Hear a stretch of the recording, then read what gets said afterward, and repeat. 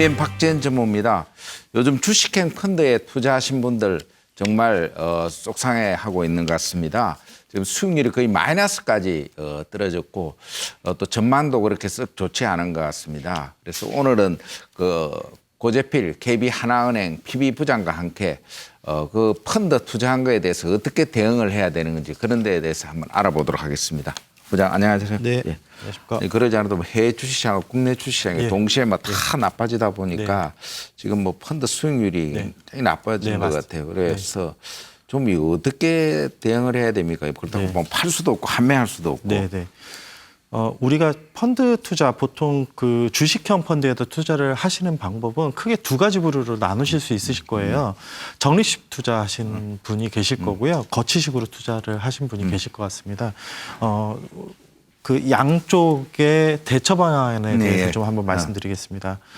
마이너스 났다고 해서요. 적립식 펀드 같은 경우에는 기존에 납입하시던 금액을 줄이시거나 납입을 중지하시거나 이러시면 안 될 것 같습니다. 이 적립식 펀드라는 건 코스트 에버리지 효과를 보는 거기 때문에 마이너스 됐을 때도 넣어서 평균가를 좀 낮춰야 되는 거고요. 왜냐하면 주식시장이라는 게 뭐 전망은 지금보다 한참 내려간다라는 전망이 있을 수도 있지만 항상 주식시장은 변동성이 있는 장이기 때문에 그 변동성을 활용해서 투자를 하는 방법이고요. 거치식인 경우에는 펀드를 다른 지역이나 예를 들어 유망한 지역이나 이런 쪽으로 변경하는 거를 한번 고려를 해보신다던가 아니면 내 전체 자산에서 비중이 크지 않다라고 하면 추가 투자를 고려를 해본다던가 양쪽의 전략을 좀 취해야지 될 거라고 생각합니다. 근데 이제 자산가들 좀 돈이 있는 분들은 지금 이분들도 지금 재테크 환경이 굉장히 안 좋잖아요. 펀드 그런 분들은 어떻게 하고 있습니까? 자산가 분들의 특징이 있어요. 한쪽에 쏠려서 투자 안 하신다라는 거죠.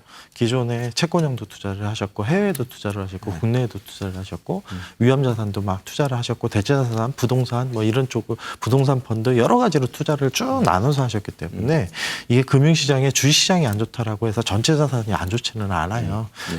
그렇다 보니까 자산가 분들은 이렇게 금융시장이 요동칠 때 이제 대처 방안이 저희 이제 일반적으로 돈을 모으는 서민들이 이렇게 하시는 거랑 약간 다른 방식으로 대처를 하십니다. 제일 먼저 이런 분들은요, 많이 떨어졌다라고 하면 자산 비중을 떨어진 쪽에 비중을 약간 늘리시면서 추가 매수를 고려를 하세요.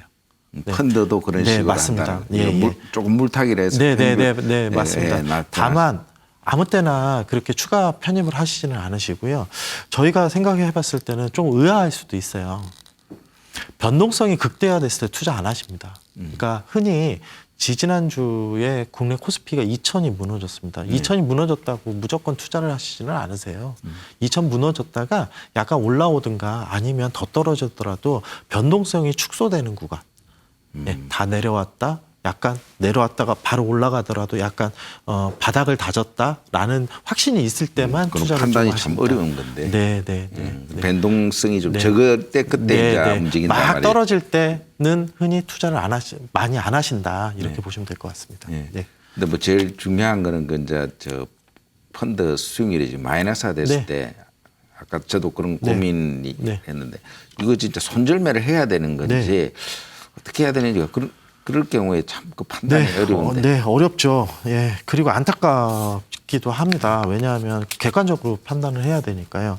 이게 손절매라는 게 펀드를 내가 여기서 마이너스 10%다 좀 확정을 시키고 그냥 내가 손실 보고 나올 거냐 아니면 버틸 거냐를 판단을 해야 되는데요. 이거는 이제 사실은 개인적인 몫인 것 같기는 합니다. 다만 좀 전에도 말씀을 드렸듯이 주식시장이라는 게 전망은 굉장히 안 좋다고 하더라도 그 전망과 동일하게 움직인 적은 아직은 없어요. 많이 떨어진다라고 하면 많이 떨어지기 전까지 내려왔다 또 올라오고 많이 올라간다라고 한다고 하더라도 전망이 있다고 하더라도 거기까지도 못 올라가는 경우가 있고요. 그렇지만 이렇게는 판단을 하셔야 될 것 같습니다. 내가 흔히 지금 국내 펀드에 지금 가입을 하고 있어요. 근데 국내보다 저도 지금 마이너스고요. 예를 들은 겁니다. 중국 시장도 같이 마이너스예요.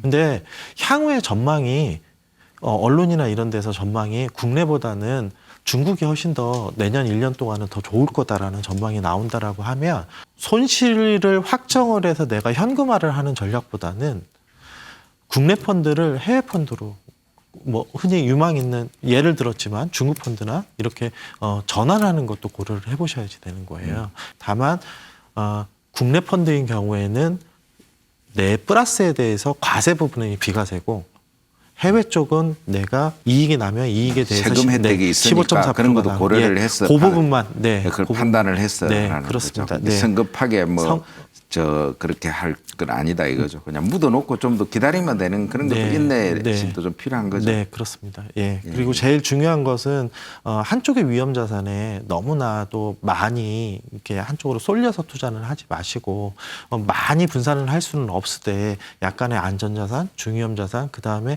주식형 자산 이렇게 좀 분산해서 투자를 하시는 것을 지금이라도 조금 네. 수익이 네. 많이 떨어졌으면은 네. 조금 그런 어떤 네. 좀 포트폴리오를 네, 네. 포트폴리오를 재구성하는 네. 그런 거는 좀 있어야 된다 네, 이거죠. 그렇습니다. 네.